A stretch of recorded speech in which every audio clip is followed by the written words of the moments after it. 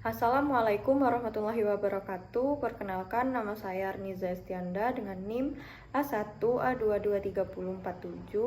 Di sini saya akan menjelaskan tentang review dari artikel yang berjudul Sejarah Lahirnya Commonwealth of Australia. Tugas ini merupakan tugas dari mata kuliah Sejarah Australia Oceania pada pertemuan 9.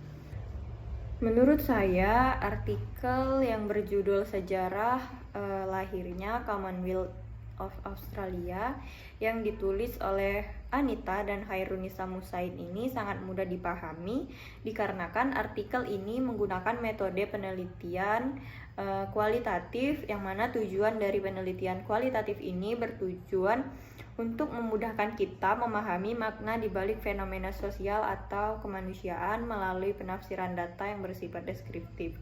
Kemudian sumber data yang diperoleh dari berbagai karya tulis ilmiah, buku, maupun jurnal dan dokumen sejarah yang relevan dengan topik pembentukan persemakmuran di Australia. Dan juga teknik pengumpulan data dari penelitian ini melakukan kritis dan mendalam terhadap bahan-bahan pustaka untuk memperoleh informasi yang akurat dan komprehensif.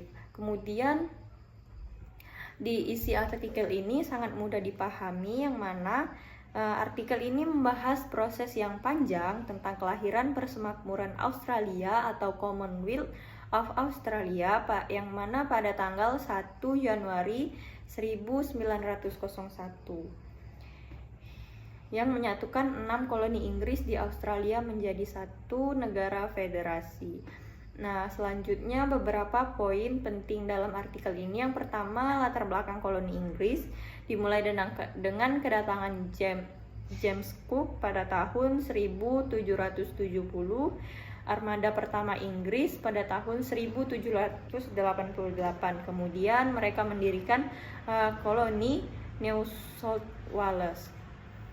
Kemudian isi yang terkandung di artikel ini adalah proses menuju federasi, yang mana Australia Colonies Government atau ACT pada tahun 1850 memberi otonomi batas kepada kolonial, tetapi justru memicu perpecahan administratif dan kebijakan. Kemudian terjadi konvensi federal pada tahun 1891 yang mana isinya merancang konstitusi awal tetapi tidak langsung diterima karena perbedaan kepentingan politik. Gerakan rakyat seperti Australia New Association atau ANA dan usulan Dr. John Quick mendorong pengaturan freedom untuk melibatkan masyarakat secara langsung. Kemudian yang dapat saya simpulkan dari artikel ini yaitu artikel ini menyimpulkan bahwa kelahiran Commonwealth of Australia adalah hasil perjuangan kolektif antara politisi, gerakan rakyat, dan elit kolonial yang didorong oleh kebutuhan akan persatuan, stabilitas, dan identitas nasional. Yang mana dalam proses ini mencerminkan tentang evolusi demokrasi dan nation building di Australia. Demikian penjelasan atau review dari artikel yang berjudul Sejarah Lahirnya Commonwealth di Australia. Saya akhiri. Wassalamualaikum warahmatullahi wabarakatuh.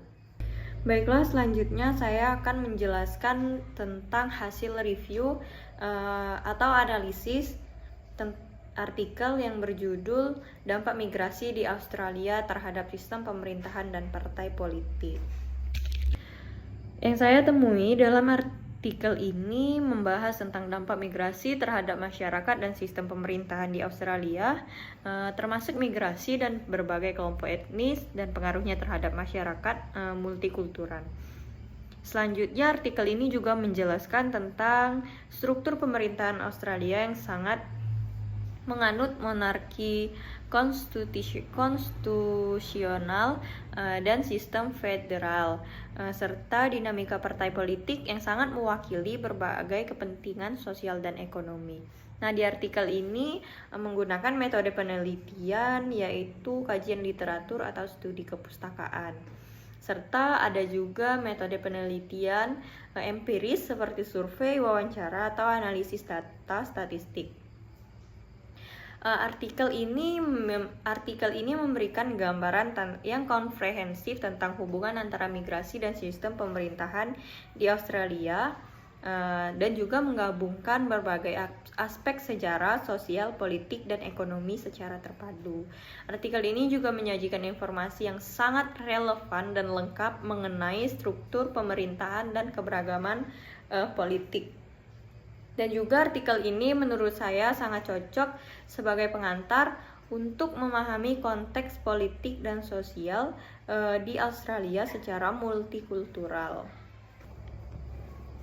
Namun menurut saya artikel ini terdapat kekurangan, yaitu yang pertama tidak menjelaskan metodologis penelitiannya secara rinci sehingga kurangnya pembahasan tentang konflik yang mungkin muncul akibat keberagaman migrasi dan sistem politik yang ada. Kemudian artikel ini sayangnya juga tidak menyertai studi kasus yang spesifik atau contoh yang konkret yang memperkuat analisis.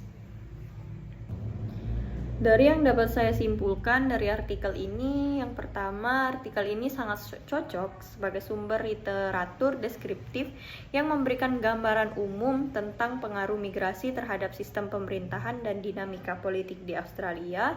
Dan juga artikel ini menggunakan pendekatan kualitatif dan literatur based yang sangat efektif untuk memahami konteks makro, namun kurang mendalam dari segi data empiris atau analisis kritis terhadap tantangan yang dihadapi. Baiklah, demikian yang dapat saya jelaskan. Saya akhiri. Wassalamualaikum warahmatullahi wabarakatuh.